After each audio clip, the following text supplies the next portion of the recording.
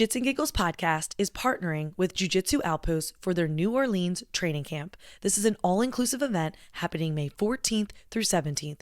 It includes hotel, transportation, the coolest excursions, multiple dinners, and the best training in New Orleans. For my ladies, this event is highly women-friendly. There will be several women at each training session. We literally know how hard it is to find that.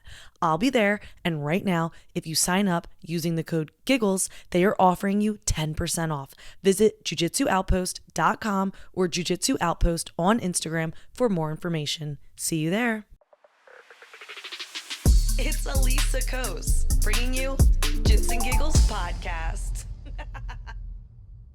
Sijara, Eubanks, aka Sarj, former UFC flyweight contender and badass Jiu-Jitsu black belt. Welcome to Jits and Giggles. Thank you. Thanks for having me. I'm super excited to be here.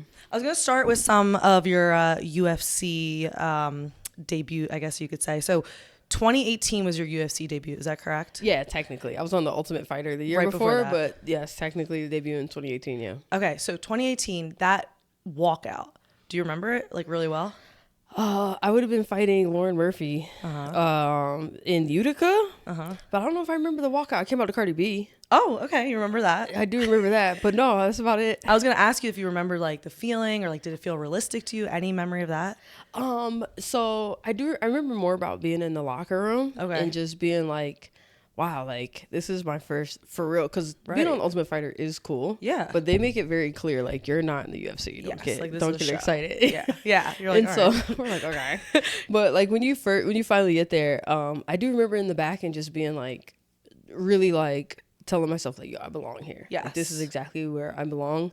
And my coaches kind of leaned over and was like, bro, you wouldn't guess this is their first fight. Like I was laughing, just having a good time, like relaxing, and it felt at home. And then when you finally make the walk, it is like, we were Utica my first walk, and so it wasn't like a super huge thing, but the lights are on and it's really, really sick. Yeah. And I think it wasn't until like after and it's done and you're like, dude, what the hell? Like coming down off that like adrenaline dump. Yeah, I won the fight. Like I had a great showing. I had a ton of my family there. Oh, that's cool. And so I don't remember much about the actual walkout, but I remember being in a locker room beforehand. Like, yeah, dude, this is it. Yeah. So in the locker room, was it you, your coach, anybody else? No, yeah, just my cornerman, coach's cornerman. Yeah, so you had time to really take it all in and just kind of sit there and be like as they're, I imagine they're like wrapping your hands, or you just sitting there like, holy crap, like, I'm holy in the crap. UFC. Yeah, I'm in the UFC. And this was pre-COVID, so they had you there really early. So you're almost kind of like sitting around and you're like, okay, now what? You start to get nervous. Yeah, like too much time to think. And then you warm up and you're warming up, you're moving good, getting your hands wrapped. I remember getting my hands wrapped and just being like, I was smiling because I was like, there's a picture of me smiling, getting my hands wrapped the first time. It was just like, yeah, I can't believe I'm doing this. And my journey into MMA, like, you know, women, I'm old enough to be like, women weren't in the UFC when I started doing MMA. And so I was like, how the hell did we get here? And this is, I mean, it was sick. It was a really sick experience. That is really cool. So now, maybe not just specific to that moment if you don't remember, but in general, when that like cage door, like when that octagon door closes, is there like a switch in your brain that goes off? Or are you just like, I'm locked in here with this opponent? Like, what are you thinking when that door closes? It's no, when it closes, you're like, oh shit. You know, a lot of it is, and I think a lot of other fighters probably agree. I've talked to some of my teammates, especially in the back, like every time you're getting closer and closer and closer. Yeah. And it's kind of this conflicting feeling of like nerves and confidence. Okay. And you're like, okay, one of these has to like take over the lead. Other. Yeah. You're like, hopefully it's confidence. And the closer you get, you know, you just gotta be like, go. And then it is, I think the scariest part isn't even so much when they close the jump, because when they close it, you're like, gulp. Yeah. But it's like when the ref comes in the middle, it seems like your opponent's like a million miles away. You're like, where is she? Over there. And like, are you ready? You want to be like, fuck no, I'm not ready. Right. You're like, actually, yeah, I'm ready. Yeah. But the funny thing about me, I usually take like for like my first 5 fights, maybe I was like nervous until I got hit. So I remember very clearly being like, oh my God. I was like, hey, what the fuck? She hit me. And like snap something in you. You're like, wait a minute. Yeah, no, for like the first 5 fights, I was literally like, oh my God. I was like, yo, that motherfucker hit me for real. Yeah. Like, you're like, oh, this is on. You're like, oh yeah. Now then you're fighting. Then you're just having, that's then a you're good just point. having a sick time. It was fun. Because honestly, like all I can compare it to is like jujitsu, right? And I get that feeling, and I'm not getting punched in the face. I mean, I'm not supposed to be getting punched in the face, right? Shit happens. But I get that nervous feeling, and same thing. As soon as like somebody's like grappling me hard or they're going for a sub, I'm like, oh, this dog eat dog. Like she wants to hurt me, I want to hurt her, right? Let's go. Not like really, but like kind of really. Yeah. You know what I mean? Yeah. But in your case, like you are really trying to hurt each other. I can't imagine that added level of like physicality where like someone is trying to injure you. Is that something that psychs you out? Do you tell yourself things to psych yourself out? How do you handle that pressure? It's I hate to say like lying to yourself, but you kind of are. You know, you really just do. No matter what, you just gotta. And I think most of my confidence came from preparation. Yeah. Like, you know, if you're training hard in camp, your weight's good, you're sparring hard, you got a good corner, you got a good camp, like, that also helps build the confidence. You know, like, hey, I'm training with some of the best people in the world. Right. I got some of the best cornermen in the world. I'm working hard. I'm doing my miles. I'm doing my shit. Like right now, it's like, and then when you've done everything you can in camp, you're kind of like, all right, this is what we fucking got now. So might as well have a good time. That's a good point. Like you did all the prep work, and it's like now you're just gonna do the best you can. Yeah. You mentioned your corner. So I kind of talked to Ryan Cavaro about this. How important do you think it is to trust your corner when it comes down to fight night? Oh, I think it's like utmost importance. I think it's to me, I think it's one of the most important aspects of preparing for the fight. With fighters, this is an individual sport, so you put who you want in your corner. Right. I've advised other fighters, and it's the advice I took in my career. Is like you really do have to trust the people that's in your corner because they're gonna see things that you don't see. They're gonna see the fight in a different way. They're gonna hear the calls. They they have a little bit more information than you do. Yeah. You obviously have to trust yourself. Doing what come naturally or whatever the game plan is to execute. But you really, because nothing's worse, like, cause I've cornered and I've fought and nothing's worse than as a corner person, like if your fighter don't trust you, you're like, all right, I need you to shoot. And there's like, motherfucker not shooting. Yeah. All right, I need you to counter their in. And you're like, just frozen. And so it takes a lot of practice too. And I think a lot of people overlook how much practice the corner people have to put in. Like you don't just grab some fools 3 weeks for your fight. You got to be training with these people for a long time to help build that. Right. That's a good point you just made. It's like not only are they a good corner in the sense that they understand the sport, but they understand you. They know your strengths and maybe your weaknesses, and they know exactly what they should be calling for you to do. It's not just some rando that calls something and you're like, I've never done that in my whole life. Exactly. Same for jiu-jitsu too. 100% like, the same. If I were to pull a rando to coach me and they're like calling for some crazy guard or like crazy sub, I'm like, I can't do that. I want a coach that understands my ability. 100%. So that's a good point. You need somebody 100%. That knows you very, very well. Yeah. Backing up a little bit. So you started with jiu-jitsu, is that right? Yeah. Okay, so how did you get into jiu-jitsu? Yeah, it's like I think like that's a deep cut that most people don't know. I cut my teeth for 9 years in jiu-jitsu before I took my first MMA fight. Oh wow! So I got started with jiu-jitsu in 2008. I was like had dropped out of college and was really bored and was like watching UFC on TV, and like true story, I'm watching. I think it was Cairo Parisian, Nick Diaz. And I remember these guys are just like rolling around. I was like, what is that they're doing? And Joe Rogan's like, they've got some sick jujitsu. And I was like, Google's jujitsu, right. And so it just started as a way to like lose weight. I was like 200 pounds and I had dropped out of college and I was bored to death and was like, let's do something. Right. Like I did karate as a kid. Like I had done basketball for a little bit, played a little tennis. And for some reason, I was like, this looks cool. Like, I want to see, is there anywhere that someone teaches jujitsu? Right. And this is also 2008, so there wasn't a jujitsu gym on every corner. Where were you living? I was living in Maryland. Okay. And so I was going to Lloyd Irvin's at the time. Okay. And so, yeah, I went out there one day. And I actually, the first time I went to Lloyd's, they were like $300 a month. And I was like, oh, well, thank you. Yeah. No thanks. Damn. Yeah. You're like, actually, not I'll go for a me. jog.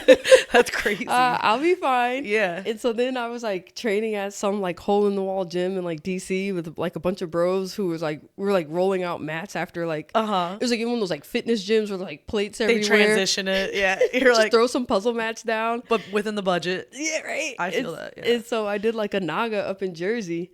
And I beat like two of Lloyd's girls or something like that. And then like I showed up to the gym like a week later and was like, can you mind shaving a few off? And they were like, yeah, you can train with us. Oh, now. that's awesome. Yeah, very cool. How long into jiu-jitsu was it before you started competing? Oh, like right away. Oh, right away. Yeah, I did my first tournament like 2 weeks in. Oh, damn. Yeah, not just knowing. Someone was like, hey, dude, you're good. You want to go to a tournament? It was like somewhere in like Rando, Maryland. Yeah. I was like, sure. I know like not how to score points or what any of the moves are, but why not? And it was I was like, I had just started training to lose weight, so I was like 198 pounds. I'll never forget it. I weighed in at 198, and I had no idea what to eat for breakfast, so I had like a Red Bull and like hash browns from like McDonald's or something. Okay. Okay. It's a choice. Such a choice. I respect it. Not recommend it. Do not respect it. Like carb load. No, and just like bouncing off the wall. Red Bulls like mess me up. Like, bro, that's hard. I can't even like digest it properly. I'm just like, I did not. I tackled this girl. I had no idea. I just ran at her. I just attacked this poor woman.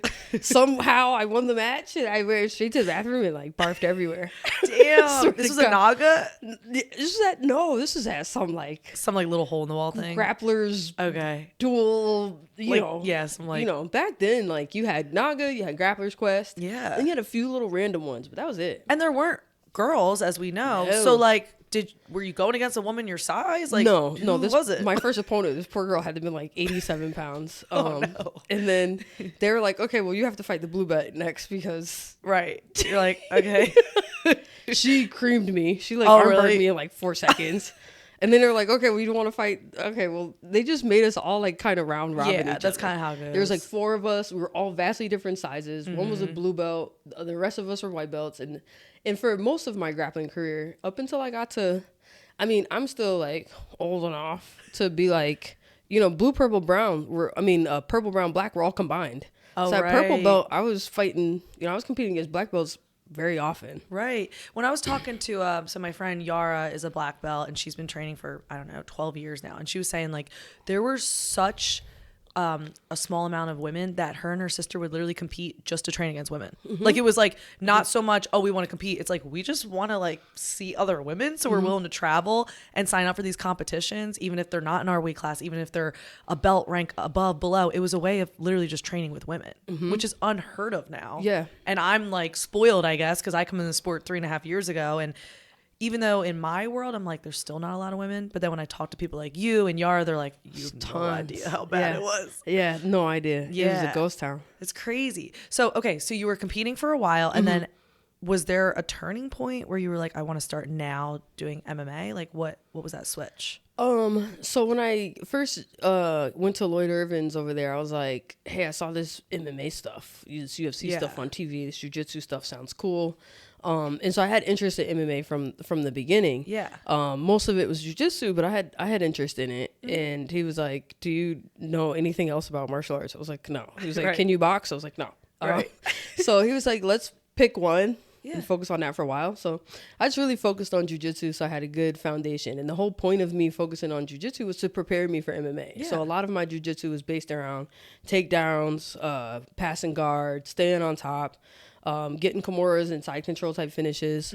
But I always kind of had MMA in the back of my mind. So I would take a few boxing classes, take a few wrestling classes. Okay. But I really didn't start like turning my focus over to MMA until, because then once I got in the jiu-jitsu bug, I almost started to forget about MMA for a little bit. It's fun, we started competing. There was no UFC. So, here I had Worlds. So I was really focused on IBJJF Worlds, ADCC. You could take it pretty far. Yeah. So I was like, all right, we're doing jiu-jitsu. Right. But I think around my brown belt, I started, was competing a lot of IBJJF. And I'm a passer. And I was getting tangled up. And I remember one day being like, yo, if I could just deck you, it would be over. If I just bong, I would pass your guard. I was just talking. Do you know Manny from Web? I just had him on the podcast last week. I don't know if you recognize him. No. He's I guess he's pro, but I forget like what he's like, who he's under or whatever.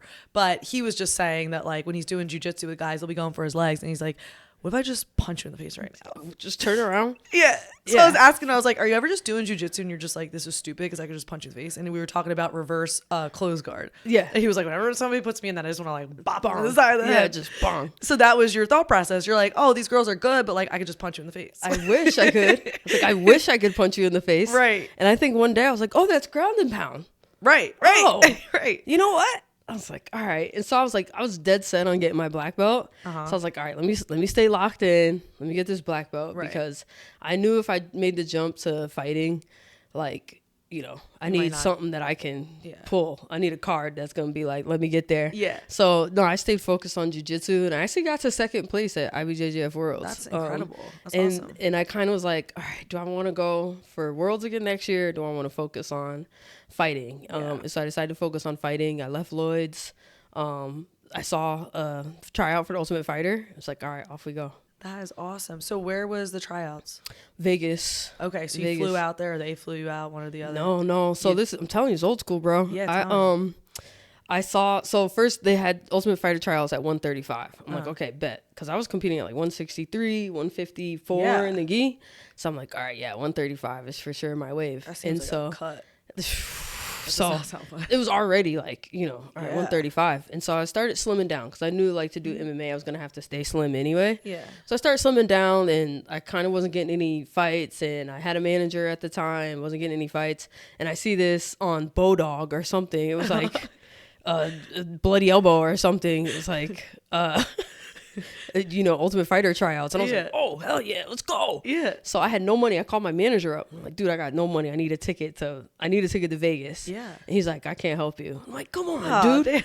So I go from all my jiu-jitsu travels. I had enough Southwest points to get me a one-way ticket to Vegas. Shit. I got a one-way ticket. Okay. I was like, all right, I'm getting a one-way ticket to Vegas. They're going to have to pick me. Right. Like, I'm going to just, burning the boat style. Yes. So I got a one-way ticket to Vegas. I had just enough money to get like the crappiest hotel room in Las Vegas you can find. It was like a $30 a night, $18 a night. Like, no backup plan. No backup plan.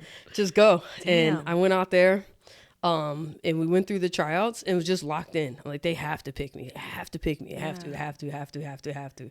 And I kept getting through the phases. In the morning, they had like an interview phase, and they cut a bunch of people. I made it. And then they had like the physical tryouts. And so they started with grappling. I'm like, making this. Yeah, easy. Smash somebody. Oh, this is exactly what I prepared for. Yeah. Smashed her. And then the striking one, I was like, okay, it's where it gets a little sticky. And all they had was just holding pads. I'm like, let me just show off. Yeah. Then they did one more round of interviews, and then they weighed us. And I was like 160, 165. And they were like, we really love you. We want you on the show, but you're heavy. And I was like, oh, come on. I was like, dude, I got a one-way ticket. You guys have to pick me. Yeah. And the producer was like, you did what? I was like, yeah, I got a one-way ticket. Like, I don't know what to tell you, but I'm not going home, or y'all are going to have to pick me. Mm-hmm. And he was like, that's incredible. You're in. I was like, let's go. That is awesome. Yeah. And I mean, that is what they're looking for too, right? For the show. Like, they want talent, but they want a story, a personality. So you had it all, really. Yeah. And so he was incredible. Like, wow. He was like, you have to be 150 or less when you come back. I was like, you got it. Damn. So what'd you do? You just started cutting. Started cutting weight. And so it was funny. After all the trials, they were like, all right, thanks everybody. If this is your name, you know, we're going to have you stay here for another 24 hours. We're going to put you up in a hotel so we can do medicals. So I stayed another night, did the medicals. And the next day they were like, all right, ladies, you're good. We'll send you an email. Like, you know, expect to get a call back in 2 or 3 weeks. All y'all made it. We'll start making travel arrangements. Right. I'm like, okay, cool. And I was like, hey guys, can somebody buy me a ticket? Yeah. And they were like, you seriously bought a one-way ticket? I was like, wasn't a joke. No, like dead ass. And they were like, somebody buy this girl a ticket. I was like, thank you. Well, that's nice. So yeah, they flew me back home. But yeah. Now, hold on. So before you flew out, were you fighting professionally for like Invictus at this point? I had I think I'd had 2 or 3 fights under Invicta and 1 under CFFC, and I was 2-2 at the time. Okay. So you were fighting pro, and I have 4 pro fights. This was like next step. Wow. Yeah. That's still crazy, like a crazy dream. You just were like, I'm going. Yeah. Damn. Yeah, let's go. And it really worked. So now you flew back to Maryland, and then a couple weeks later, you went back out? A couple of weeks, 8 weeks, something like that. 6 weeks, I can't remember. But and this is where you met, this is the season you were with Deanna. Yeah, this is where I met Deanna Bennett. I met Shauna Dobson. I met Mark Henry, Eddie Alvarez. I met the whole crew. It was cool. Was it what you expected, the show? Yeah. It was? Yeah. Like, I did my research because in my wildest dreams, I was like, please never lock me in a house with a bunch of strangers. Like, that sounds like the worst nightmare, actually. For me, being in a room, a house of women, I'm like I need space. 15 other women. But it was everything I expected to be. So I had done my research. So I knew that we weren't going to have any phones. I knew we weren't going to have any TV, music. And so I was surprised how many other girls on the show didn't know that. Oh, okay. Like, they were like, can you believe they took my stuff? You're like, yes, I Googled it.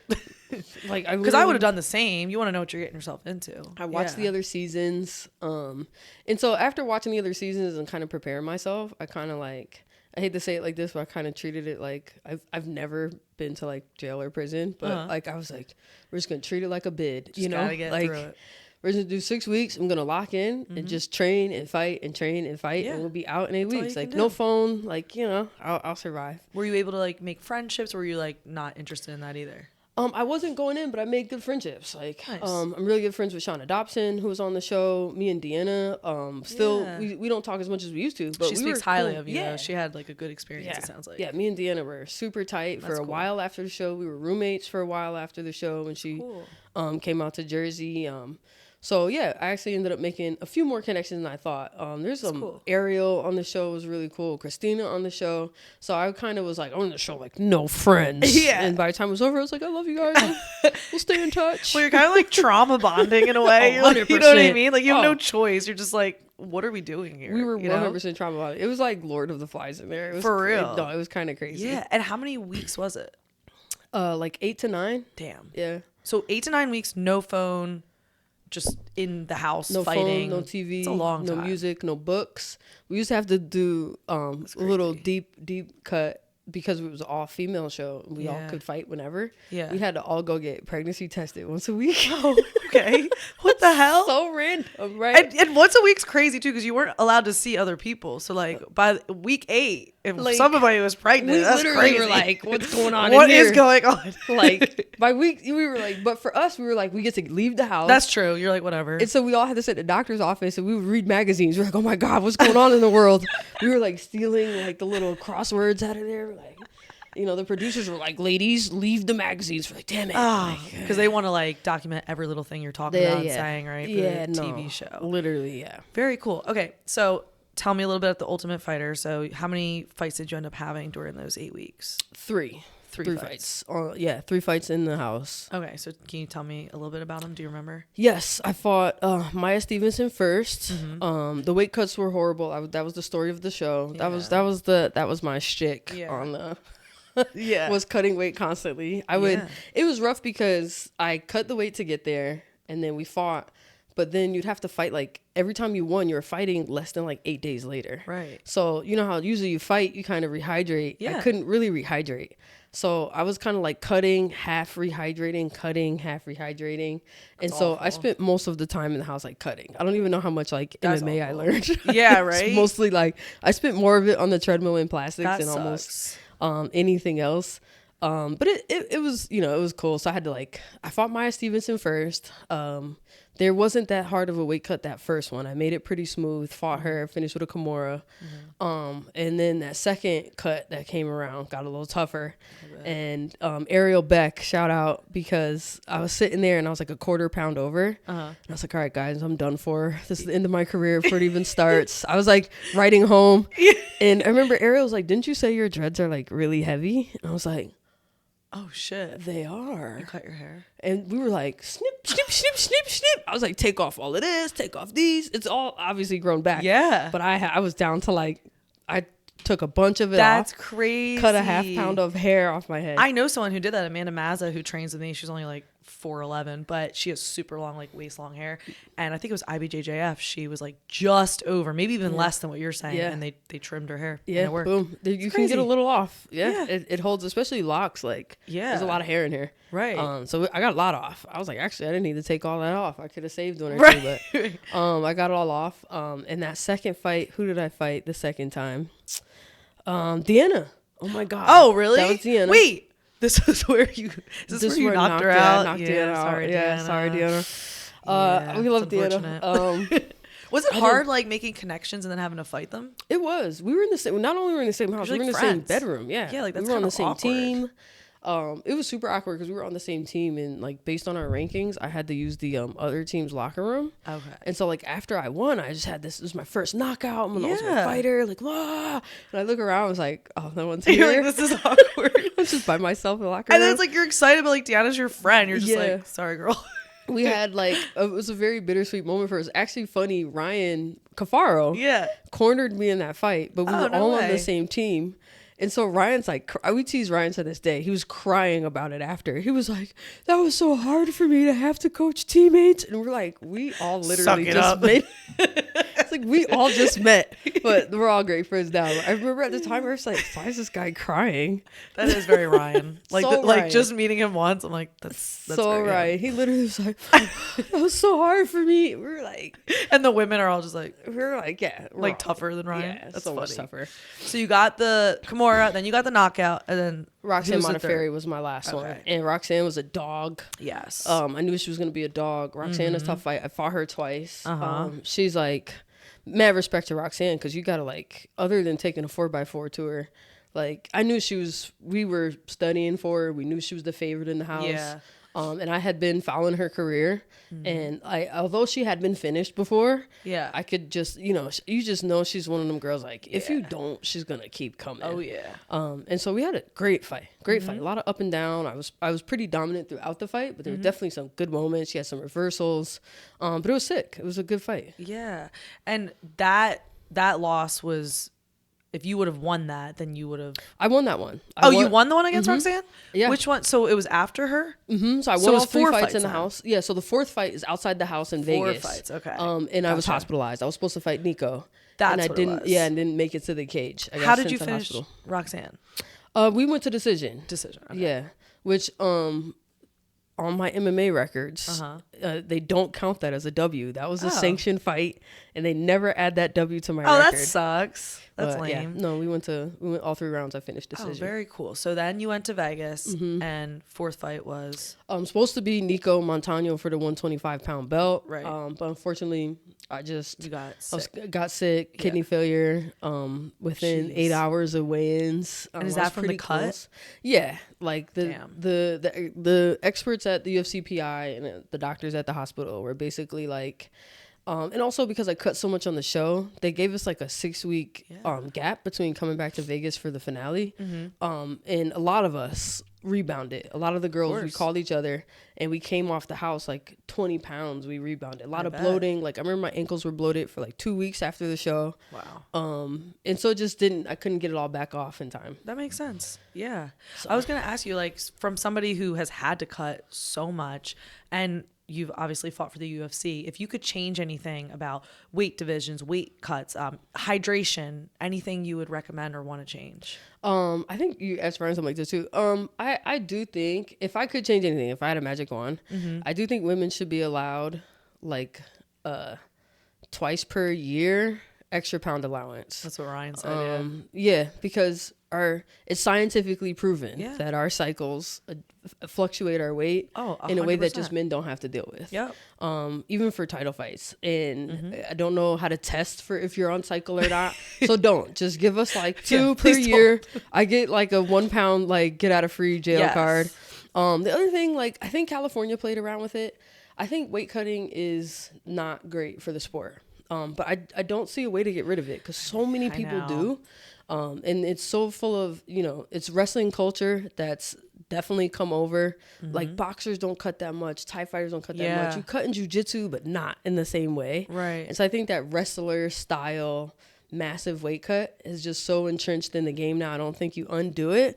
I think playing around with the rehydration on the other end is somewhat effective. Right. Because if you stop people from rehydrating, you hopefully stop them from cutting as much. Correct. That's a big hopeful. Yeah. And I also think for women, I don't think it'll happen in the near future, but I think women should have more weight classes. Because 10 pounds for women is a lot. Really I think for men, I think 10 pounds swing a little differently. For us, if you look at our structures in the UFC, like if you look at a straw weight, like at one point I was training with me, Claudia Galdea, and Caitlin Chukagian. Mm-hmm. Caitlin's like 5'8", and lean. Mm-hmm. I'm like 5'4" and like boom. Right. And then one weight class down from us is Claudia. And she's like, if you stand us all up, she's yoked. Right. You know, Claudia's got muscle. But she's like this tall, like this little. Right. Like she was like sparring with y'all, I was like sparring like trees. And I was like, yeah, like sparring her. You're like, and she's really talented, you know, but it's just crazy to see how huge the different body types and the different. And I fought at 135 also. Like when I went up after the bad cuts, I went up to 135. And I felt like, and I fought Ketlin Vieira, Betch Correa, like some of these women I fought were like, golly. Like, yo, bro, when I fought Ketlin Vieira, I was like, get the fuck out of here. How tall is this chick? Like, so that's hilarious. It's like, bro. But did you feel better fighting at 135 as far as like health wise and like energy wise, I imagine? Yeah, I felt way better. They're just big just old big bitches. Yeah, big huge bitches. The biggest difference, I felt amazing, and I think the biggest difference between 25 and 35 is 25 I was so dilapidated, like so depleted, I couldn't finish people. I couldn't finish fights because I was like cut to the teeth. Yeah. And then in 135 I felt full, but I'd hit girls and they would just walk right through it. Right. I mean, I was hitting Ketlin Vieira like 4x4s, and she was just like poof, like Penny Kianze. I would be like boom, and she would just be like, dude. You're like, what do I need? A frying pan? Yeah. And that's crazy. A frying pan. And I used to be like, you know, you don't want to wish this in your career because you got to stay focused. But as soon as I retired, I was like, bro, if there was a 130, I'd have killed it. Right. I'd have killed it at 130. So since there's not a 130, if you could go back in time, would you still do 125 or 135? Like, which do you think is better for you? If I go back in time, I still would have done the Ultimate Fighter to get into the show. Yeah. So, hey, gotta do what you gotta do. I think I would have moved up to 135 sooner. Okay. And then just try to deal with the size in a different way. Yeah. Yeah. Because at that point, it's like you have, I imagine, like speed on someone bigger than you, like things like that. But if they land a punch with all that weight behind it, I imagine that's not cool. Yeah. I think it was a Ketlin Vieira fight specifically that I was like, damn, I don't know what weight class I belong in. Right. Like, and even though she won the fight by decision, I remember being in that fight and just getting hit by stuff and not really, it didn't hurt, like, you know, but I would feel like my whole body be like that force. Yeah. I would be like, she was like, and when I try to grapple girls like that, even though like I grappled even though I did IBJJF at like medium heavy, you know, without the gi, you know, it's different. Harder to control women that size. It's harder to take them down. When you do get them down, you know. So if I could go back, I would have stayed at 135 and just found better strategies. And by the time I figured out my strategy and where I was in the division, I had won some fights, lost some fights, and UFC was like, all right, you don't know what weight class you're in. And it's tough. Yeah. Do you think from your, I guess, experience, do you think we have enough women to increase the weight classes? Yeah. We do. I think so. Okay. 100%. Because there's a ton of women just like me. A lot of the girls from the Ultimate Fighter had the same problem. Like, in the Ultimate Fighter house, like, I was one of the larger girls. Nico Montano had a hard time. She was cutting hard that night, too. Yeah. I just flatlined for she did. And then you have girls like Barb Honchak that was on the show. She was tiny. Right. If you look down at the strawweight division, like already in Asia, they have a ton of 105ers. And then you look at like even down there, like Claudia Galdea and Angela Hill. Like those are two very different body types down there. Yeah. Like there's definitely girls at 115 that could be 105 for sure. So, you know, I think we have enough, but I don't know if the powers that be would do it. I don't know. I think that's great to hear that you have enough, because from a jiu-jitsu standpoint, so you do IBJJF, I do a lot more ADCC. So I hope I'm saying this right. I think the highest weight class for women in ADCC is 145 and up. It's crazy. What the hell? Crazy. So me, I walk around like 170, 175. I'm going against 225. Yeah. I'm like, what the frick? Yeah. So then they added a weight class, and I think it comes out like the kilograms transfers. I think it's like 170. Yeah, 170. I was like, perfect. I'm gonna do that, because I basically walk at that. Nobody signs up. Yeah. There's no women. Yeah. So I can't even complain, because they gave us what we wanted, and then no one's there. So I'm glad to hear that you think if they added it, women would actually Oh yeah, I think they would. Available, and I think you know, at jiu-jitsu and like grappling, I think you don't have enough. There's not a lot of women over 145. Yeah, it's just not. It's true. But in MMA, there's a ton of women 45 and under. And when I competed in IBJJF and I did a little no-gi and stuff like that too, there weren't like super fights and fun stuff like that when I was competing. But you know, that was one of the reasons I started losing weight in jiu-jitsu. When I first came in, that was my first motivation, was like, no one's in my weight class. Right. I got to lose like 10 pounds so I can fight somebody. Yep. And so it is harder to find in jiu-jitsu. Like once you get to like 45, it's tough. I would have to like cut my leg off. Like I'm like, I'll never be there. Like I'll never be under 145, even if I'm like the leanest in my life. Like I don't know, I was like probably like in second grade. I have no idea. Exactly. So I just take what I can get, and sometimes I get women around my size, give or take 10 pounds, and sometimes it's like 200 plus, and I'm like, shit. Here we go. But like I said to you, it's like sometimes my speed helps, but again, if you get stuck on bottom, like, you're freaking you're done for. Okay, so you have a jiu-jitsu background before you started MMA. So I wanted to ask you, what do you think is the biggest misconception MMA fans have about jiu-jitsu people that are in MMA? Like people with a strong jiu-jitsu background. Jiu-jitsu doesn't work. Right. Jiu-jitsu doesn't work. No one can finish submissions anymore. I think the biggest misconception is jiu-jitsu doesn't work anymore. And while the MMA game has evolved like at an exponential rate, like the MMA game has definitely evolved, especially when it comes to knowledge of the ground. I still think jiu-jitsu is one of the most fundamental things you can study for MMA success. And I think for people who pay close attention, you'll see how jiu-jitsu makes a big difference in a lot of fights. And I can name a couple of fights where jiu-jitsu changed the tide. I mean, so I think for fans, I think they're like rolling around arm bars, but there's a lot of jiu-jitsu that happens in controlling. A lot of the blending between wrestling and grappling, like Khabib, like jiu-jitsu. Like I think one of the biggest ones that come up to the top of my head is Justin Gaethje. Like no knocks on Justin, he's a very, very talented athlete, but he doesn't have jiu-jitsu.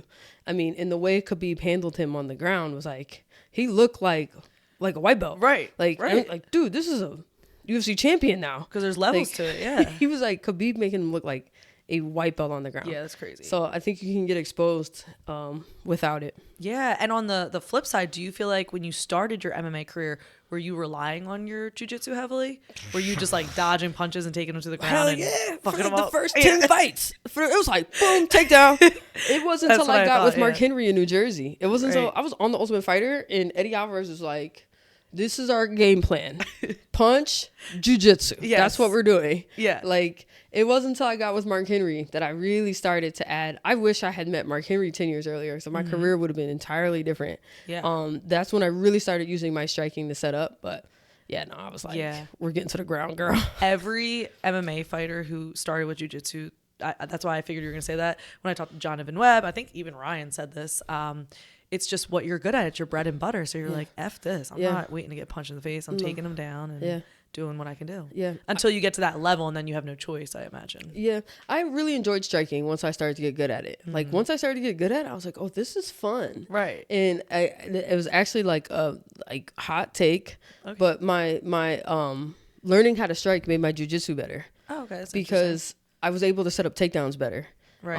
And I don't know if I'm Mark Henry's like one of my coaches, and he was notorious about keeping the game plan quiet, but I'm retired now, so maybe I can say it. But like, he was like, what's the point of jiu-jitsu if you can't get the girl to the ground? Right. Right. Like make them think you're striking, and the takedowns open themselves up. That's a good point, yeah. And once I learned how to strike, like the takedowns came with like, I could strike to a double leg like in my sleep, and then once you're down there, now you can get back to your bread and butter. Right, like great if you get a knockout, but if not, something's gonna open up. Yeah. Have you ever done combat jiu-jitsu? Oh my God, I would love to. No. You never have? No. I feel like you'd be so good at it. I would love to. This is ground and pound. Yeah. No, I would love to.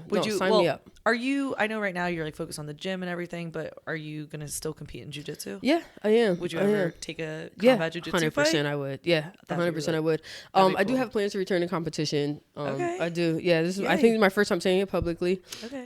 But my first one is I'm going to do Masters Worlds. We're gonna start there. Go back to my IBJJF roots. That's great. But I definitely want to, get some of the good stuff in. Like I don't compete. a lot of no-gi when I was competing, but you know, I always wanted to do ADCCs. Oh, wow, yeah.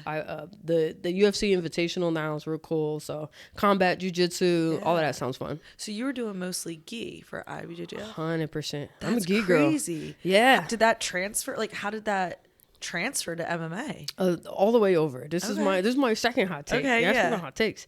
I think gi jiu-jitsu is much more important, much more technical, much more effective than no gi. Okay. I think gi is king or queen or whatever rules. Yeah. So I think because so many women are forced into the guard due to misogyny in most jiu-jitsu gyms. Okay, You're little, let's put you on your back and teach you how to defend yourself. Like, I went into jiu-jitsu like, no, I want to do MMA, and so I passed. Yeah. And I did a lot of gi, and I think my knowledge of jiu-jitsu, I think you have to know more about the specifics of jiu-jitsu in the gi versus no gi. Yeah, I could agree with that. I am definitely not a gi girly, but it's all right. But I agree with you, because when I am doing gi, there is a level of skill that I just don't understand because I don't train it enough, and I can't get away. Like in no-gi, I can like get away with certain things because they can't grip me up. So I can like knee slice past you and just kind of throw a Hail Mary. In gi, if someone has grips on me, like I better know what I'm doing or I'm literally not moving. And that's 100%. Why I hate it, because 100%. I'm always getting gripped up and I freaking hate it. Yeah. But I guess I was questioning the like transferring of gi to MMA just because obviously there's no grips in MMA. So was that part, like, I mean, you know, there's obviously like collar ties and stuff, but there's no like grips on clothing. So how does that transfer? Or just you're talking about everything else pretty much? No, I'm just talking about the knowledge of knowing how your body controls another person and what another person's body is doing. And so while you don't have the grips, obviously, you switch to the no-gi grips. Yeah. But like one of the examples I'll use like stuck out to me when I was on the Ultimate Fighter and we were having this debate, and Roxanne Modafferi was the only other girl in the house that trained the gi. And at that time, there was Tanya Evinger had just lost by armbar in an Invicta fight. She was in an armbar and just tried to yank her arm out. Yeah. And I was like, you can do that in no-gi. Right, you can't in do the that gi, you have to know how to figure four. Ooh, look, I'm about to knock your stuff over. You got to figure four, you know, hold on, how much is like figure four, stack up, shake out. You have to be patient. Yes. Like, you know, there are intricacies to movement that obviously we're not going to do any loop chokes, right? There's no spider guard, but I think there's an intricacy to control and to movement and the finishing certain submissions that you have to do. Like the gi forces you to think things through. Yeah. And I think when you're in tight spots in MMA, you really need good jiu-jitsu in MMA too. Yeah. Because it's so explosive, you really have to know how to finish things and how to defend things in a way that I think no-gi just kind of lets you get away with. Yeah, and you know what? To like validate your point, if we look at the highest level, we see gi girls coming over to no-gi and winning. We don't really see no-gi girls going to gi and winning, right? Yeah. And as a no-gi girl, it pains me to say that, but it is true. Like we're seeing, like I can't remember names right now, but there was a high level fight, 2 women, and one was a gi girl. And in my head, I was like, I don't know if she's going to win. She whooped that ass. Yeah. And I was like, damn, like they're not even training no-gi and they're just coming over and able to do it flawlessly. Because you just know jiu-jitsu. Like, I think the gi is jiu-jitsu. Yeah. No-gi is grappling, which is fine. That's an art in it of itself. And I think it's really fun. I enjoy no-gi. It's very fun. It's explosive. Fun, you have more fun to watch. More fun to watch because it's more high pace. Yeah. But I think, you know, and this is no knock on the no-giers because I do MMA, so I have an appreciation for no-gi. But a lot of the jiu-jitsu women I train with now are all like, oh, please don't make me. I'm like, put your gi on. Yeah, I'm telling you, it is important. Yeah. Yes, you'll have a better understanding of what grappling is, of what the art is in the gi. You're right. And you know, I like wrestling, you know, but and people are so surprised being a UFC fighter. I'm like, no, I'm gi. I started in the gi. I'll die in my gi. It's the gi. That's cool. And you know, Gabby Garcia came on the podcast and she told me that, I hope I'm not misquoting her, but I think she said she feels if you want to be a world champion in no-gi, then you need to train gi. 100%. A lot of people don't like that, but I get it. A lot of people didn't like it. Anderson Silva gi, Gabby Garcia gi, Fion, I know I'm saying her name wrong. Fion Davies. Yep, Fion Davies. Gi. Yep. I don't know if Adele was gi. Actually, I don't think Adele is gi. She might be one of the. I might be wrong about this, but I don't remember her doing too much. Yeah, I mean Charles Oliveira, Brianna St. Marie, she does gi. Yeah, there's gi. A lot of them are. You're right. You're very Jasmine right. Hosha, gi. Who's hot right now? Yeah, that's true. Yeah, Jasmine too. I forgot. She does a lot of both. That is true. That is true. Put the gi on. Telling you. So now, as far as MMA, any submissions you never got to do in the octagon that you always wanted to be able to finish somebody with? All of them. You're like all of the above. I had one. I didn't have a lot of finishes in my career. I had a knockout, which I was like, did not have on my bingo card. So fun. Got cool. That. No, I did have a Kimura technically finish. I don't really have any bucket list submissions. I think I was just trying to finish fights. Yeah. So I would have just taken more submissions in general. No, that's fair. Okay, so not to like switch to like a dark topic, but we touched on it a little bit, but I'm sure you're aware of everything going on in the community with Atos, and you had mentioned some misogyny earlier. You've been around for a while. Any personal experiences or any thoughts or anything to do with what's going on? Yeah, I've sort of referred to it as like the Jiu-Jitsu Me Too movement, and that's not to like water it down. I think it's important. I trained at Lloyd's, and there was a huge controversy there. And I remember at the time, I ended up leaving Lloyd's. I left a little later than everyone else did. But at the time, I remember being like, you know, I don't know how much of this is true, but these kind of rumors were going around 10, 12, 15 years ago, and not just at Lloyd's. I think it's unfortunate. Like Adele said something publicly.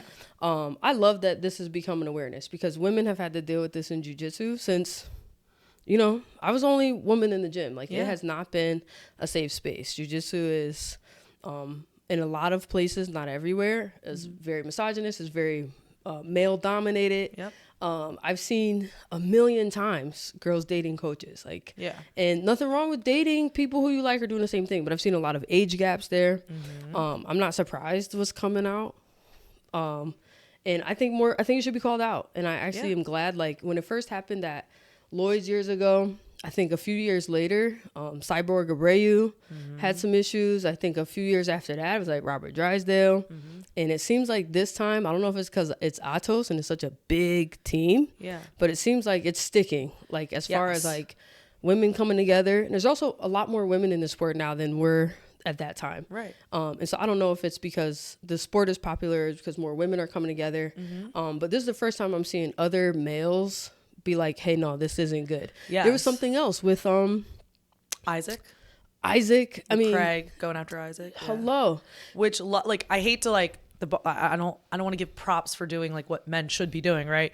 But wonderful to see men leading the charge, right? Like of course as women we're always like, hey, can we stop fucking touching us? Can we? But nice to see men be the ones leading the charge. Like that is new, not just in jiu-jitsu, but that's a new experience for me, like point blank period. So really nice to see Craig stepping up. I mean, I give him a ton of kudos for that. And to your point, I don't know, I'm speculating because I wasn't around, but I assume maybe women weren't willing to speak up back then because like you said, there wasn't many women. You don't want to rock the boat. Because you want to come in the gym and like it's awkward. You know? I got blacklisted.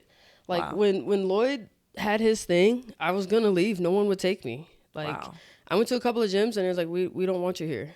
Like you're Lloyd's brown belt. So I stayed and got my black belt from Lloyd. And one of my motivations for leaving jiu-jitsu and going to MMA was because like I don't want to stay here and no one else will take me. So I went to a whole new industry where I could start fresh per se. And so, you know, I'm glad now that there's a lot more speaking up. And I think also when it comes to, you know, one of the reasons I want to open a gym is because I want to create a safe space for women to be able to train. That's awesome. I want to be able to lead from the front and just have space where, and also where like, I've trained a ton of guys. Men respect me. Like I want to create a space where men can respect women no matter what our ranks are. And I think not only does it come from other men stepping up and being like, hey, that's not cool. But I think it also comes from the other small stuff that happens in gyms, I think is the next step too. Because now everybody's like, hey, we're disassociating. We're getting as far away from this thing as we freaking can. But now like, how do we keep it going? Right. Like, you know, mansplaining. I know men hate that word, but like, stop mansplaining. Like, you know, when, you know, stop telling women that when they come in, like, oh, you should learn the guard because that's where you're going to end up anyway. Like, how about you teach a woman to pass? Try a different style, you know? So I think a lot of that small stuff too, I hope begins to change. Absolutely. And I also think having women like yourself and like strong women leading from the front will help because like I know myself, I'm an outlier in the sense that I have a very outgoing, strong personality, right? So I think I tend to speak up, but that's not the norm, right? Most women come in, it's men, they feel awkward, they feel small, they feel intimidated.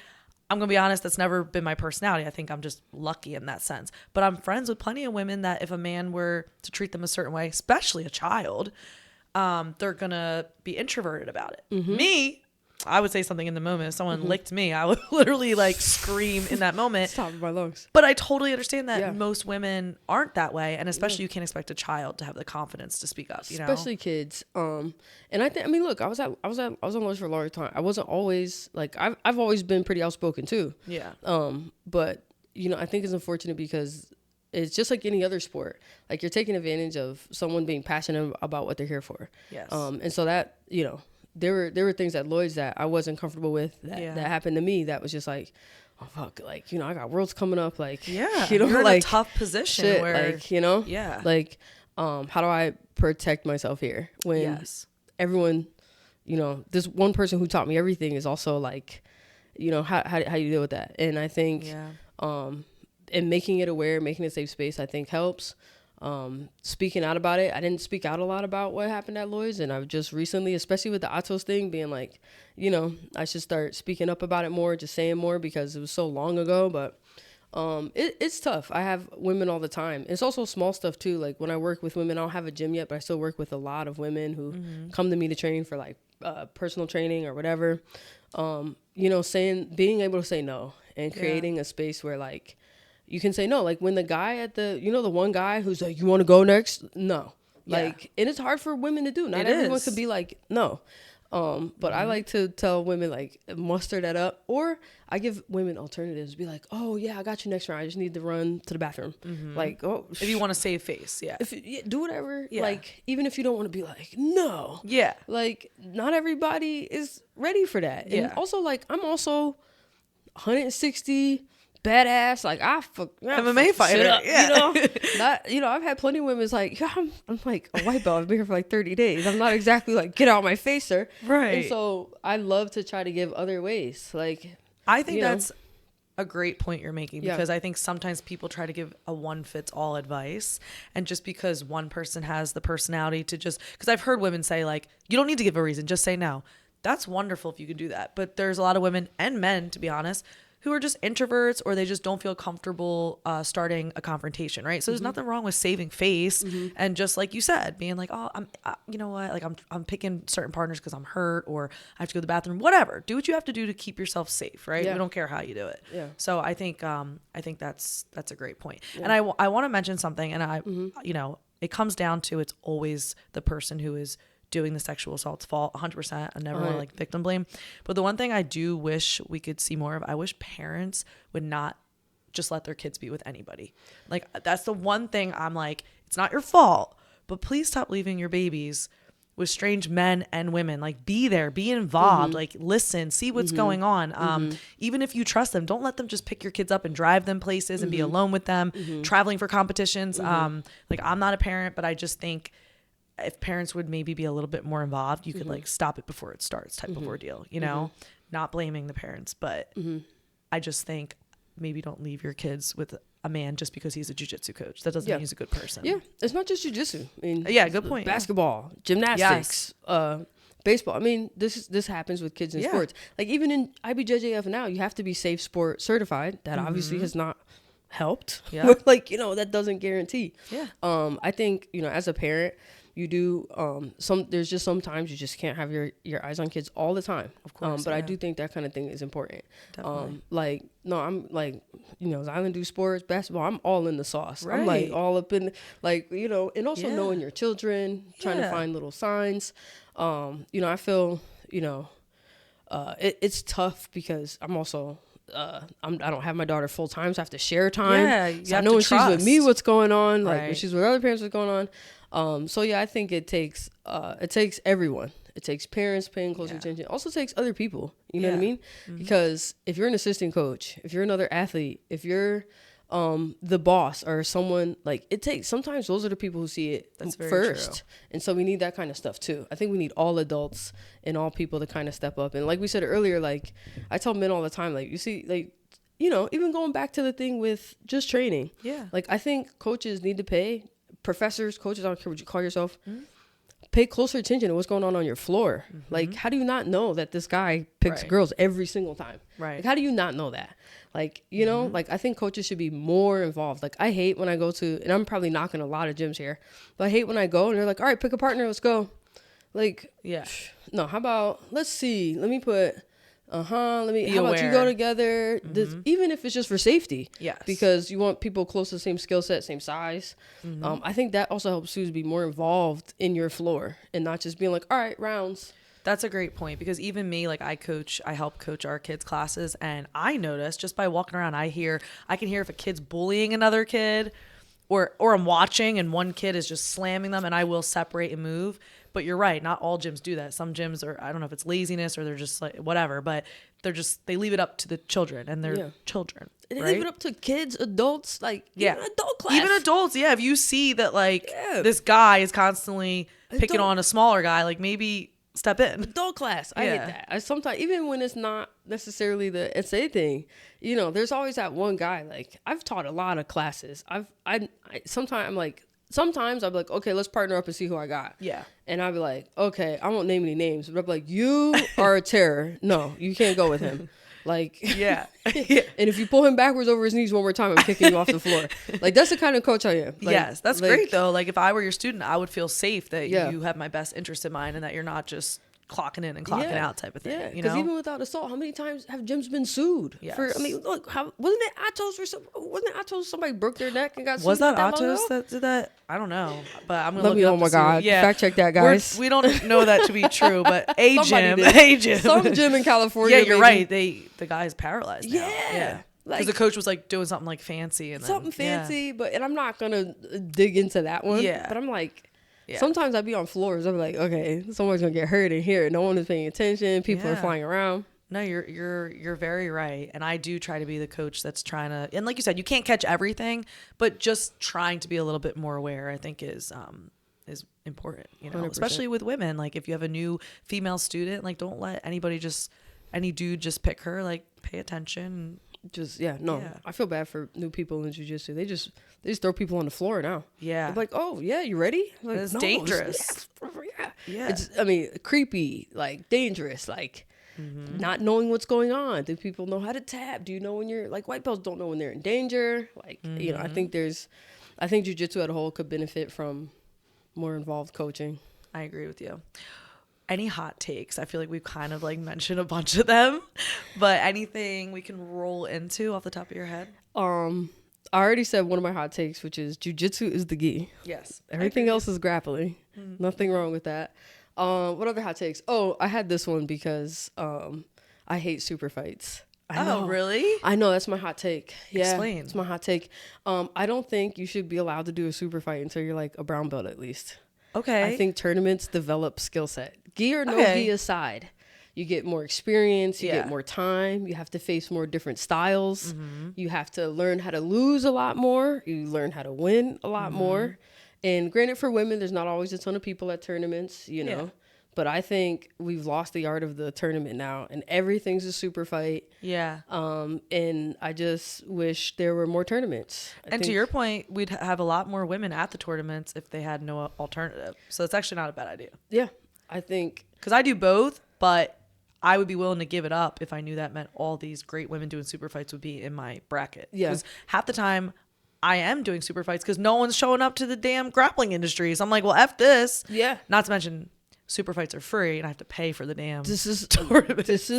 There are a lot of layers to this. Yes. So I'm like, I'm going to compete again this year. I was like, oh my God, is this how much it costs to compete in jiu-jitsu now? It's been so long since I've competed. And I'm like, oh, well. And so, I think it's now turned into this snowball because I have a lot of women who I work with who are like, no, I do super fights because at least I'm guaranteed to get a fight that day. Right.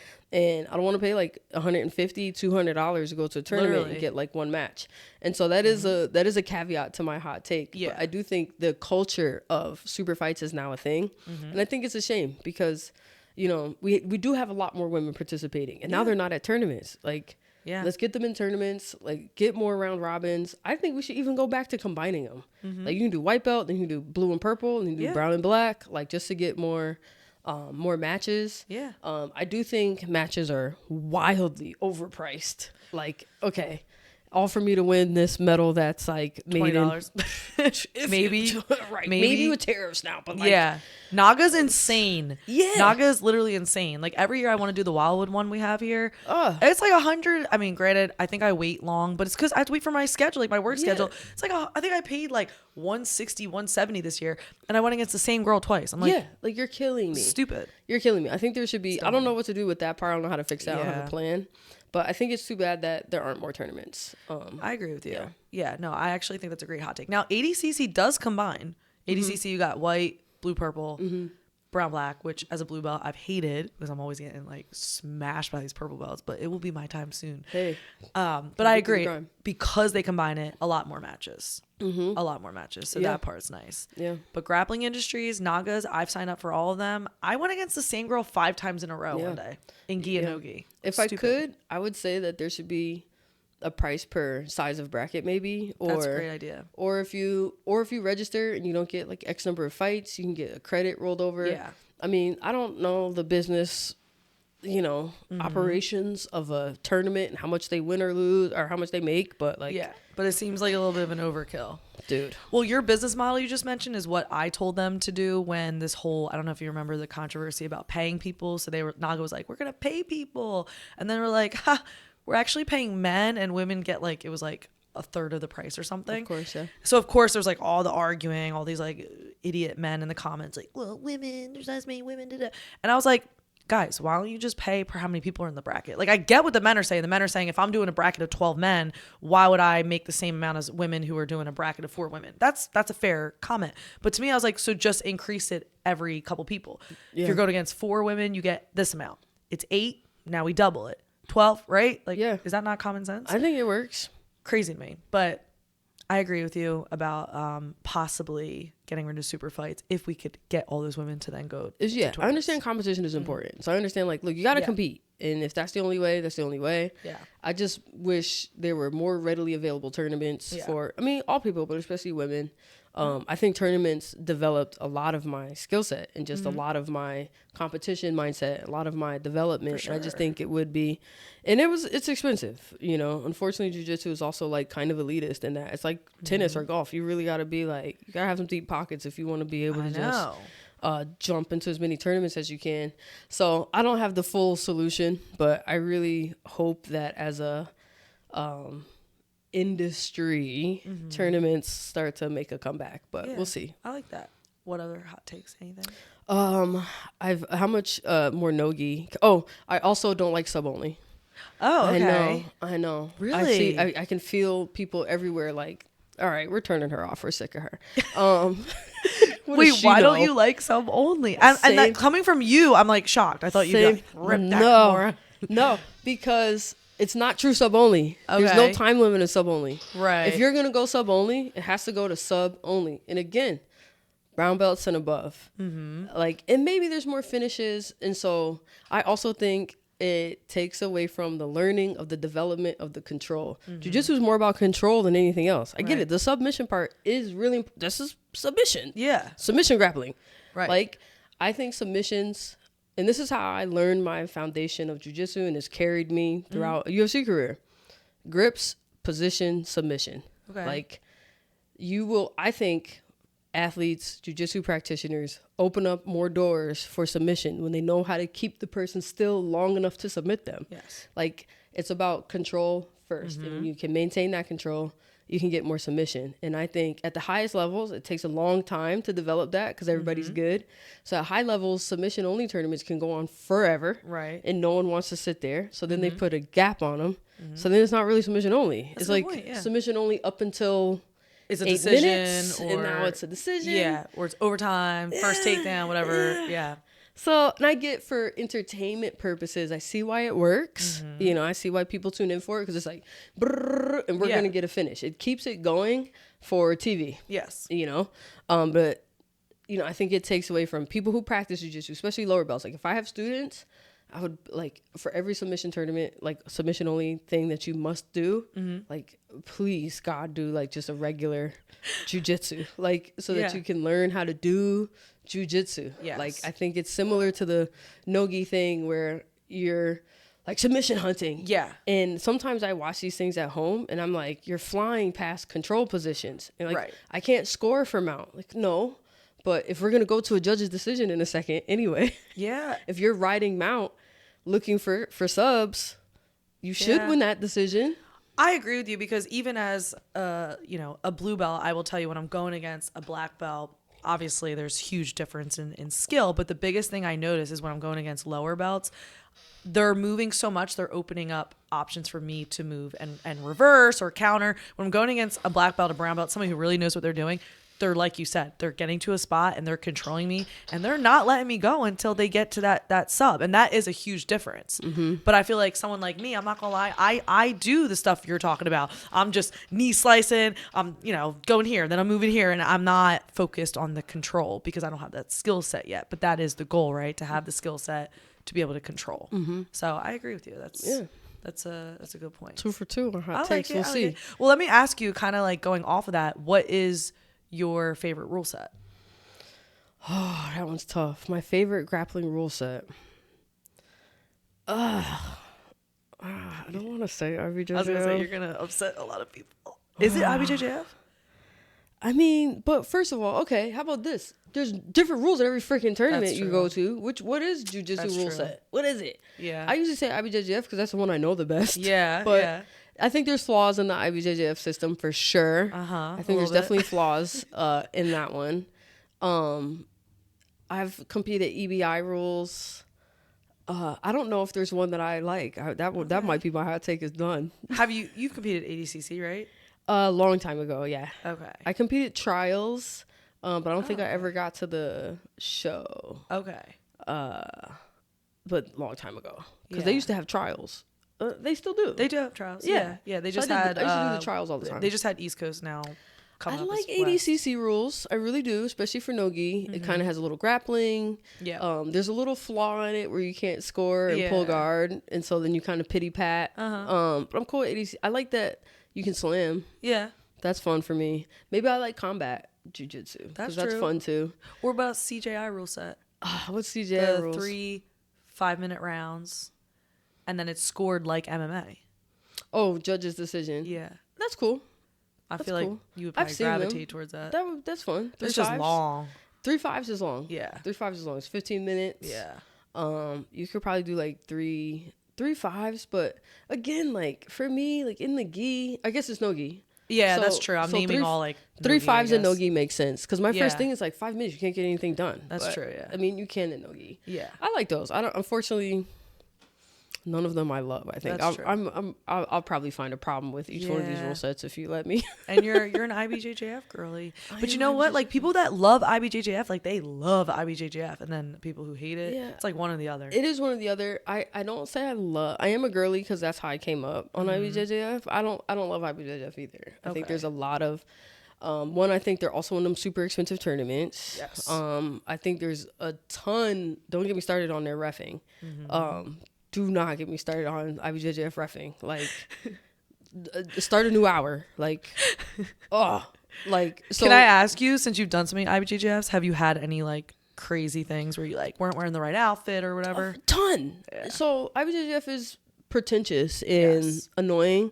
Like, okay, my gi doesn't fit. Yeah, like you're sticking sticks down my sleeves and like, stupid. You can't wear a t-shirt underneath or like your shorts have to be like fingertip or whatever the stupid rule is. Hell up. Yeah. Does the gi fit? Like, I get it. You don't want somebody in big old giant gi or super tight gi. Like, I get it. But you can just look.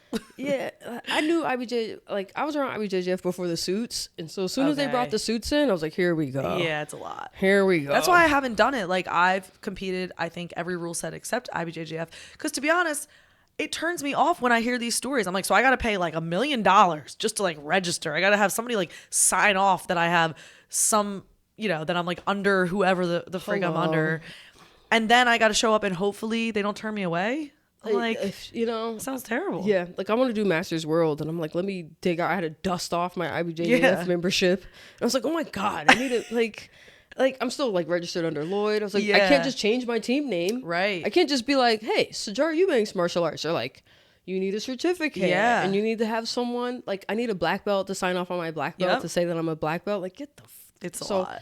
as much as I am used to IBJJF, and I do think it's the most pure jujitsu. Yeah. It doesn't mean that I get it, fully accepting of this environment. I think IBJJF shoots themselves in the foot quite a bit with some of their rules and requirements.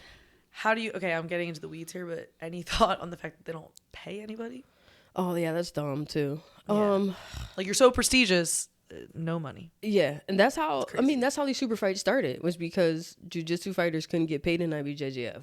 You'd spend all year going to Europeans, Worlds, Brasileiros. You got 4 gold medals. You're the best grappler in the whole world. Yeah, you're like, great. Now I'm in debt because I just spent $10,000 all year. Genuinely, literally on the minimum. I think they're stingy. Yeah, and I think if they paid more, we wouldn't have this problem. Yeah. I think the IBJJF is also partially responsible for why we're in super fight land, in no-gi land, because they were so pretentious and tight and brotherhood, and like we used to have to go to the rules meetings. The rules meetings would be in Portuguese, and we had to negotiate. Like, I don't know if they still do that, but when I was a black belt, you had to go negotiate where you were in the bracket. That's crazy. Like, we don't speak English. We would be in there like, what's everyone saying? Why am I fighting Gabriel Garcia the first round? Like, what is this? Like, what? This is how we're bracketing the tournament? We're gonna have an argument about it? That's wild. Yeah, no. So you had to be like an attorney representing yourself. Yeah, who didn't speak English. Yeah. And there's always like one guy who's like, don't worry, I translate for you. And God knows what he's saying. Yeah, fucking right. Thank you. Before you know it, I've got the toughest fucking draw. I'm like, oh, great. You gotta slip him like a 20. Yeah. And now you have points. Now you have to earn all these points. Right. Get the fuck out of here. But I will say, as much as we complain, everybody's still doing it. Like, they're not like lacking people signing up. They're not lacking people because it's the last gi tournament left. That's true. It's the last gi. Yeah, they're a monopoly. Last gi left. And but I'm hearing ADCC is going to start doing gi. Yeah, whatever happened to UAEJJ? That was a thing for a while. I wasn't around for that. But yeah, I was. Whatever happened to that? I wonder what happened. I went to MMA land and came back. I was like, we don't do that anymore. You're like, nothing's here anymore. I'm back in jiu-jitsu land. And I'm like, what is where? I feel like I definitely feel like an old lady.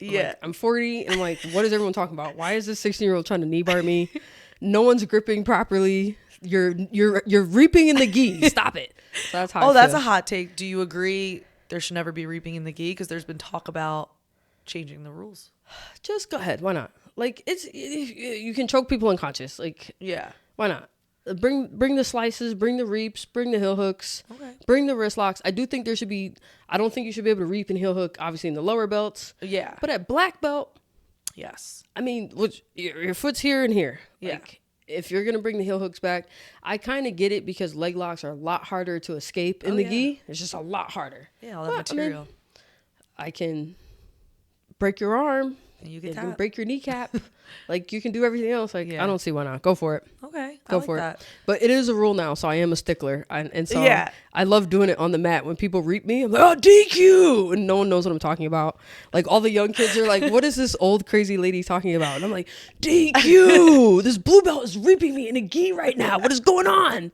And everyone's like, what the hell is wrong with you? Well, even when you started, leg locks weren't really a big thing, right? No. Oh, no. That's like, don't tell anybody. Bro. I've been back training in no-gi. Bro, these leg locks are everywhere insane. Now. I'm like, fuck. Yeah. But if you're gonna do gi worlds, you said, right? Yeah, so you'll be all right. I'll be all right. There's still knee bars. But no, I've been getting, anytime I train no-gi now, everybody's like lifting me to heel hooks. I'm like, okay, like, golly. Like, can you pass guard? Like, can you do anything They're doing all this fancy stuff and you're like, back to the basics, guys. Like, learn the basics first. Yeah. Any other hot takes you can't live without?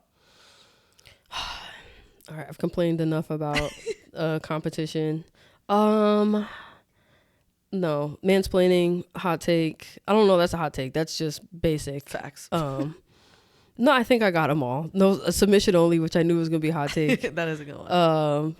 The gi is superior.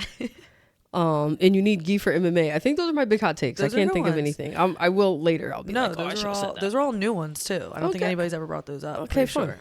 Well, then I just wanted to end with where we should be looking out for you. You said you're going to start competing soon. Worlds is going to be your next big competition that you're gearing up for. Yep. What else are you doing? You have the gym. Tell me a little bit. Oh yeah. So my biggest thing I've got going on now, I've been consulting as an MMA fight scene director for a play in New York. And so if you're in New York, The Monsters is off Broadway now through the end of March 20th. Yeah. So I worked with a professional theater company in Red Bank, New Jersey, and then at the Manhattan Theater Club off Broadway. That is so cool. And so I've spent like the last year teaching these actors how to look fight. like how to fight. How cool is that? And so that's been really cool. That's what I've been working on. I'm working on opening a gym.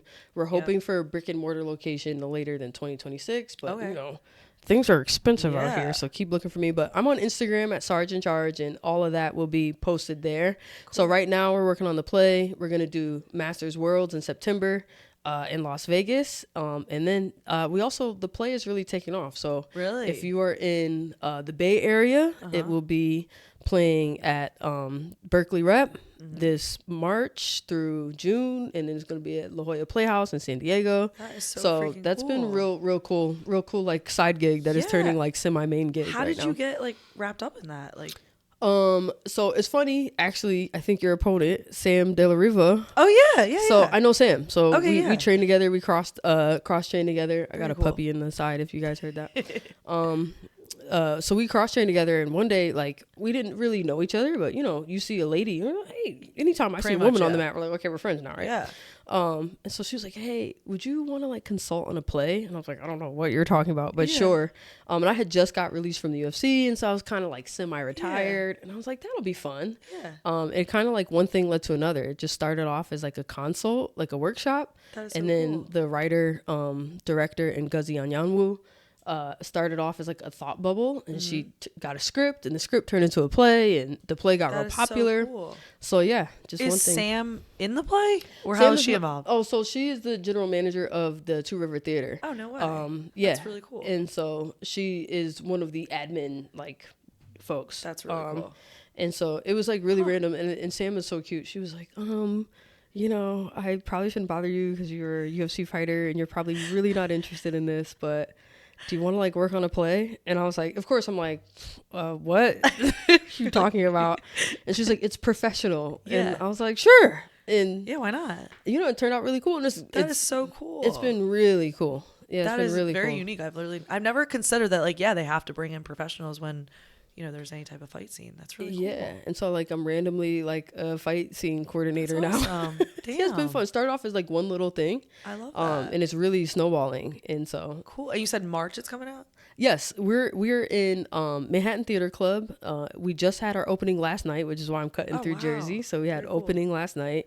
And it'll be at Manhattan Theater Club running through March 20th. That's so cool. You can just Google The Monsters Manhattan Theater, and tickets will pop up, or follow me on Instagram. I got links and stuff like that. So cool. And then like with plays and theater, like when a script does well, other theaters will pick it up. Right. And so it's got picked up at Berkeley Rep and Bay Area. Cool. Yeah. Good for you. So yeah, it's really picking up steam. So it's fun. Damn. And then the school, is that going to be in Maryland or DC? DC. It's going to be DC. Yeah, okay, it's going to be DC. I do have some beginnings of it. I'm working on an app right now to get some of the content up before we can get the brick and mortar open.